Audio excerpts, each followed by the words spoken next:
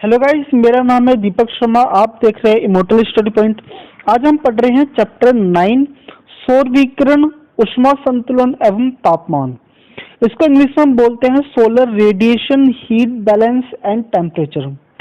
इस चैप्टर की ये पहली वीडियो है। इसके अंदर आपको पढ़ने को मिलेगा इस चैप्टर के अंदर आपको पढ़ने को मिलेगा इंसोलेशन यानी कि सूर्य तप, डिस्ट्रीब्यूशन ऑफ इंसोलेशन सूर्य तप का वितरण, heating and cooling of the atmosphere, इसको हम हिंदी में बोलते हैं वायुमंडल का तापन एवं शीतलन, heat budget of the earth यानी कि पृथ्वी का उष्मा बजट, लैटिट्यूडनल हीट बैलेंस यानी कि अक्षांशीय उष्मा संतुलन, फैक्टर कंट्रोलिंग द टेम्परेचर यानी कि तापमान को नियंत्रित करने वाले कारक।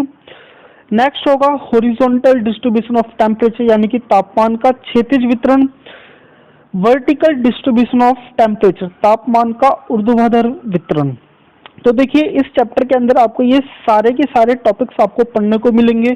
तो ये सारे के सारे टॉपिक्स की वीडियोस को देखने के लिए आप चैनल को सब्सक्राइब कर दीजिए ताकि आपको नोटिफिकेशन टाइम टू टाइम आपको मिलता रहे।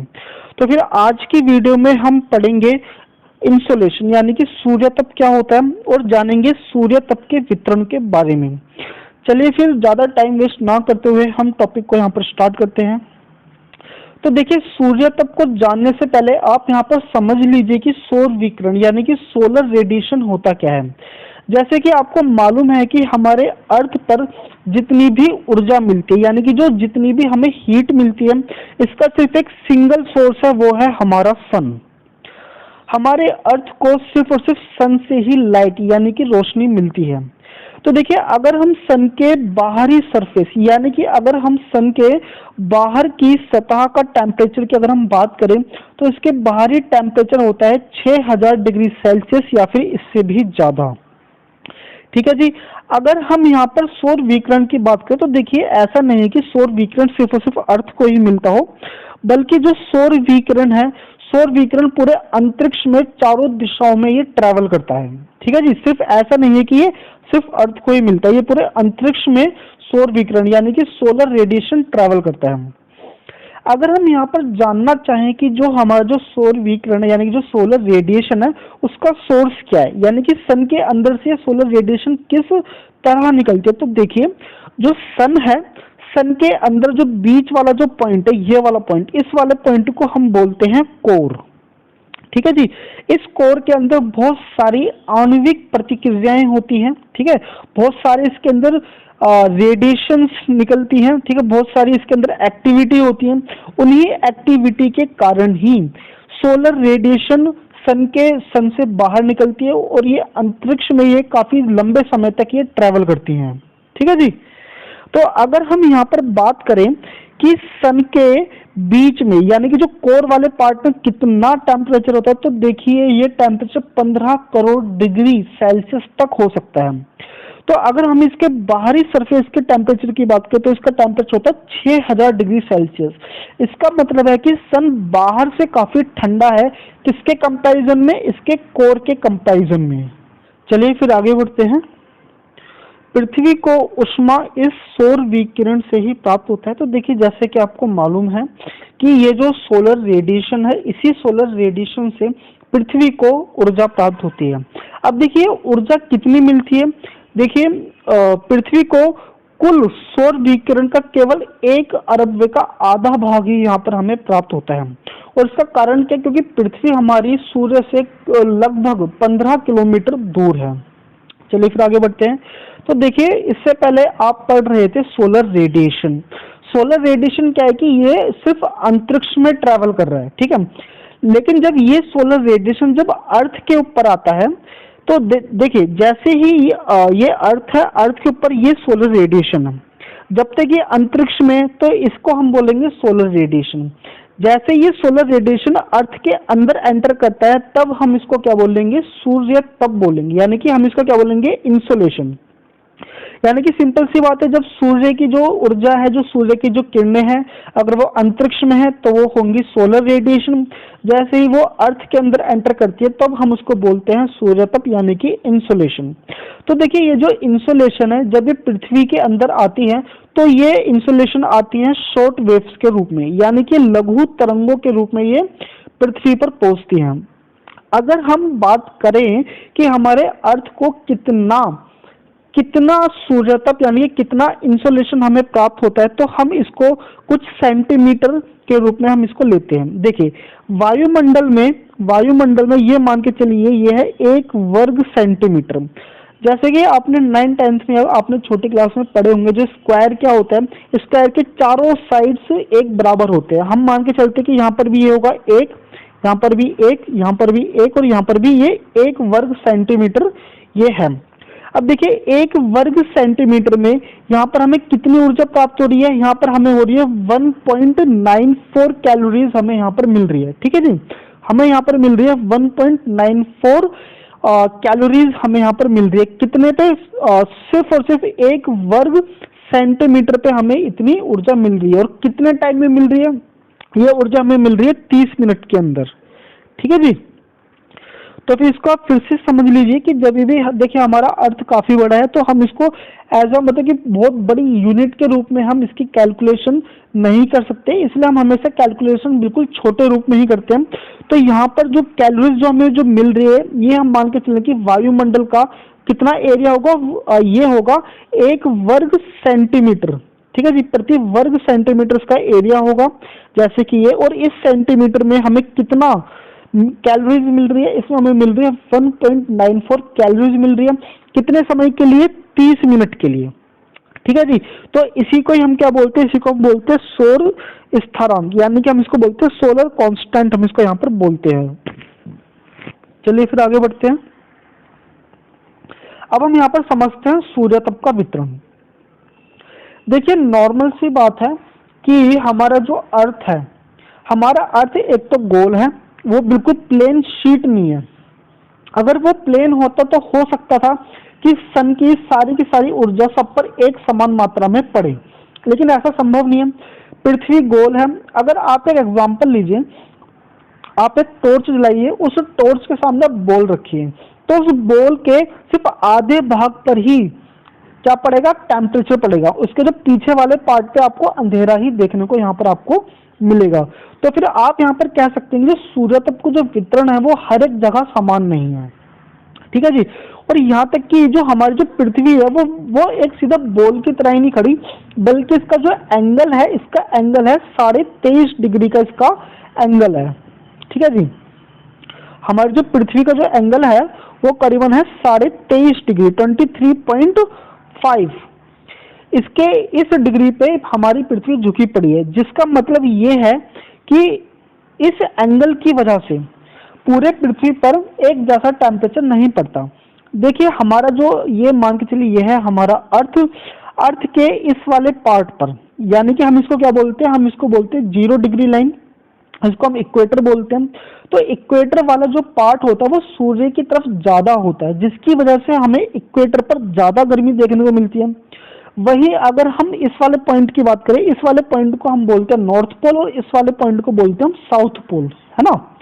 अब देखिए, नॉर्थ पोल और साउथ पोल पर सबसे कम सूर्य की किरणों का झुकाव पड़ता है, जिसके कारण नॉर्थ पोल और साउथ पोल पर सबसे कम क्या होता है? सूर्यताप पड़ता है, जिसकी वजह से यहाँ पर सबसे ज्यादा ठंड पड़ती है। यहाँ पर सबसे ज्यादा क्या होता है? कोल्ड एरिया होता है।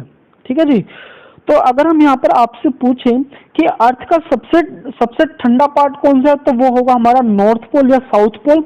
और अर्थ का जो सबसे गर्म पार्ट कौन सा होगा? वो होगा हमारा इक्वेटर, क्योंकि इक्वेटर पर ही सबसे ज्यादा सूर्य की किरणें हमें देखने को मिलती है। चलिए फिर आगे बढ़ते हैं। तो देखिए, सूर्य तप का जो वितरण है वो पृथ्वी पर एक समान नहीं है। इसके बहुत सारे कारण हैं। इनमें से कारणों की आपको यहाँ पर लिस्ट दे रखी है। तो पहला है सूर्य की किरणों का झुकाव। ठीक है जी, जैसे कि मैंने आपको कहा कि जो सूर्य मान के चलिए अर्थ है, इस वाली लाइन को बोलते हैं हम 0 डिग्री लाइन। जो सूर्य की किरणों का जो झुकाव है वो सबसे ज्यादा कहाँ पर पड़ता है? इक्वेटर पर पड़ता है। और सबसे कम कहाँ पे पड़ता है? वो पड़ता है नॉर्थ पोल पे, और साउथ पोल पे सबसे कम देखने को मिलता है। ठीक है जी, दूसरा है सूर्य तप पर वायुमंडल का प्रभाव। तीसरा स्थल एवं जल का प्रभाव। फिर है दिन की लंबाई अथवा धूप की अवधि। फिर है भूमि का ढाल, और लास्ट है हमारा सूर्य से पृथ्वी की दूरी। ये सारे के सारे पॉइंट्स पृथ्वी पर पड़ने वाले सूर्य तप के वितरण को प्रभावित करते हैं। अब एक एक करके इन सारे पॉइंट्स को हम यहाँ पर जानने की कोशिश करेंगे। चलिए अब जानते हैं सूर्य की किरणों के झुकाव के बारे में। देखिए, सूर्य की किरणों का झुकाव की वजह से अर्थ के सरफेस पर टेम्परेचर में इतना बड़ा डिफरेंस किस तरह से क्रिएट होता है, उस वजहों को हम एक डायग्राम की हेल्प से हम यहाँ पर जानते हैं। देखिए, अर्थ के इस वाले पोर्शन को हम बोलते हैं इक्वेटर। इक्वेटर से जैसे आप ऊपर की तरफ जाओगे तो ये वाला पोर्शन है नॉर्थ हेमिस्फीयर। इक्वेटर से नीचे की तरफ जाओगे तो ये है हमारा साउथ हेमिस्फीयर। देखिए, इस वाले पार्ट को, अर्थ के इस वाले पार्ट को हम बोलते हैं नॉर्थ पोल। ठीक है जी। चलिए फिर, अब जैसे कि आपको मालूम है कि हमारा जो अर्थ है वो अपने ही अक्ष पर 23 डिग्री के झुकाव पर ये झुका हुआ है, जिसकी वजह से इक्वेटर का ये वाला पार्ट सन के बिल्कुल सामने पड़ता है। ठीक है जी। चलिए फिर, इस डायग्राम के अंदर जो जो गिवन है वो मैंने आपको यहाँ पर बता दिया है। तो फिर देखिए, इसके अंदर दो पॉइंट्स दे रखे हैं, पॉइंट ए और पॉइंट बी। ठीक है जी। अब देखिए, यहाँ पर जो डिफरेंस है इन दोनों में सिर्फ एक ही चीज का डिफरेंस है, वो है एंगल का। ठीक है जी।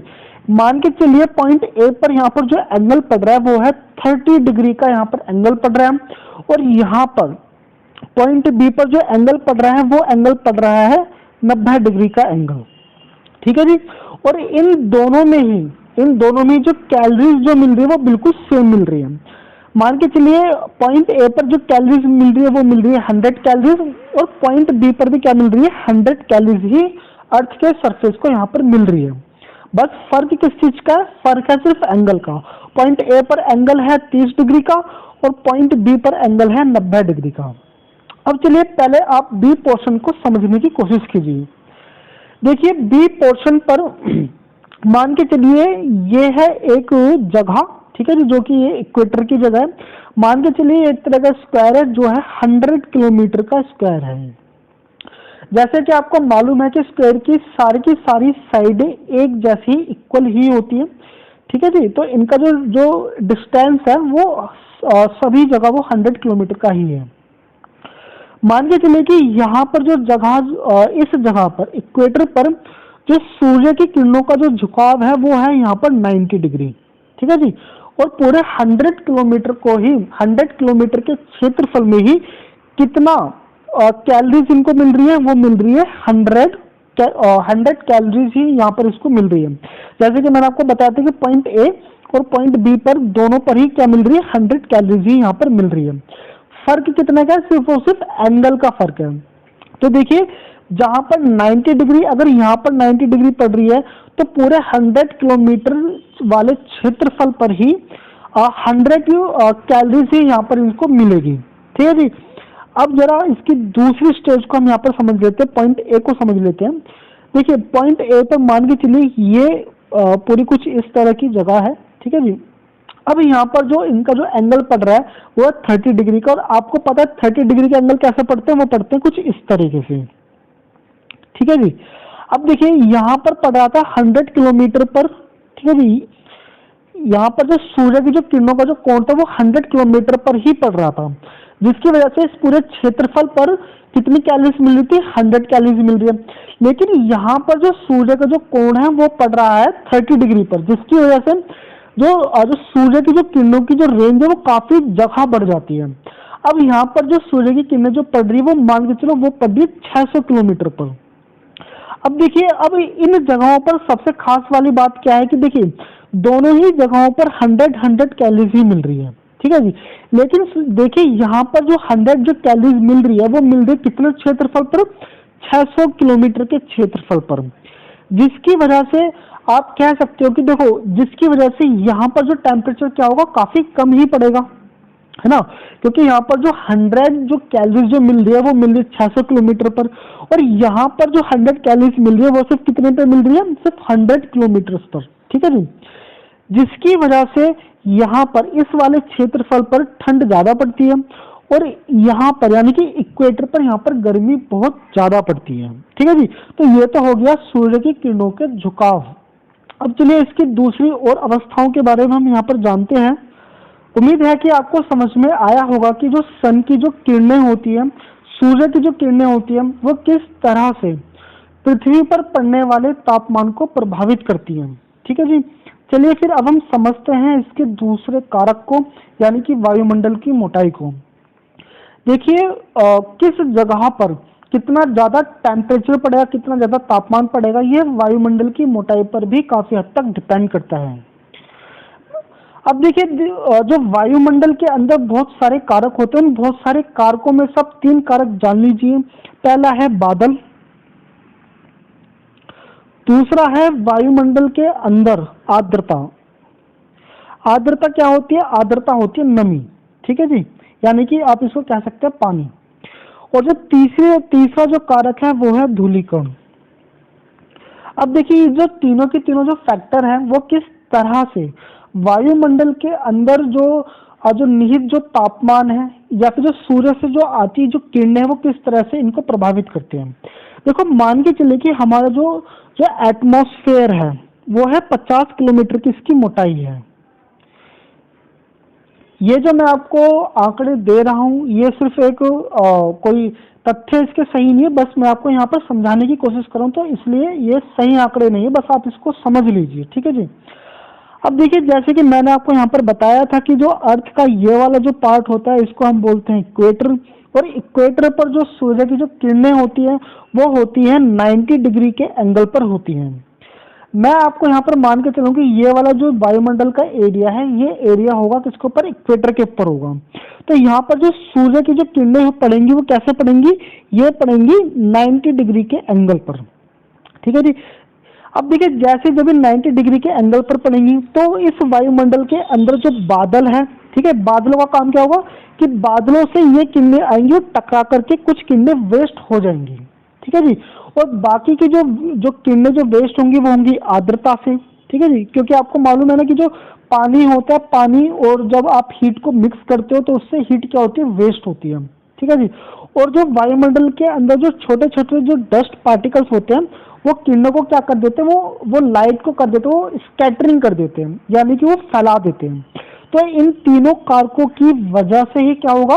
जो किरणें होती है किरणों का काफी हास होता है, काफी पतन होता है, यानी कि किरणें काफी वेस्ट होती हैं। ठीक है जी। अब जरा आप यहाँ पर सोचिए, अब जरा आप यहाँ पर सोचिए कि ये जो 50 किलोमीटर की ये जो रेंज है किसकी? ये है वायुमंडल की रेंज। अब यहाँ से जो किरणें पड़ रही है वो 90 डिग्री पर पड़ रही है ना? तो यानी कि यहाँ से ये किरणें सीधा वायुमंडल को क्रॉस करती हुई सीधा अर्थ के सरफेस पर आएंगी। तो इसका मतलब ये है कि यहाँ पर जो लाइट की जो वेस्टेज है वो काफी कम हो रही है। ठीक है, जिसकी वजह से अर्थ के इस वाले पार्ट पर, किस वाले पार्ट पर? हम यहाँ पे इक्वेटर की बात करिए, इक्वेटर है, इक्वेटर वाले पार्ट पर सबसे सबसे कम किरणों का क्या होता है? हास होता है, सबसे कम किरणों का यहाँ पे वेस्टेज होती है। और अब हम यहीं पर ही बात कर रहे हैं ध्रुवों की। मान के चलिए कि ध्रुवों पर भी 50 किलोमीटर ही मान के चलिए। ठीक है जी। अब यहाँ पर जो सूर्य की जो किरणें हैं, ये मान के सूर्य की किरणों का कोण है 30 डिग्री के आसपास, यानी कि जो सूर्य है, सूर्य की किरणें यहाँ पर बहुत ही ज्यादा डिस्टेंस यहाँ पर ट्रेवल कर रही हैं। ज्यादा डिस्टेंस ट्रेवल करने के कारण यहाँ पर क्या होगा? यहाँ पर सूर्य की किरणों का बहुत ज्यादा वेस्ट होगा। और ये वेस्ट कौन करेगा? बादल, आर्द्रता या फिर धूलिकण, है ना? जिसकी वजह से हमारे जो ध्रुवों के ऊपर लाइट बहुत ज्यादा कम पहुंच पाती है ना, बहुत ही कम पहुंच पाती है, जिसकी वजह से यहाँ पर जो टेम्परेचर होता है वो आपको क्या चलता है? हमेशा माइनस में टेम्परेचर यहाँ पर रहता है। ठीक है जी। तो फिर यहाँ पर वीडियो होती है खत्म। नेक्स्ट वीडियो में हम जानेंगे सूर्य तप पर वायुमंडल का प्रभाव। तो सारी वीडियोस को देखने के लिए चैनल को सब्सक्राइब कीजिए। वीडियो आपको कैसी लग रही है आप मुझे कमेंट करके बताइए। धन्यवाद।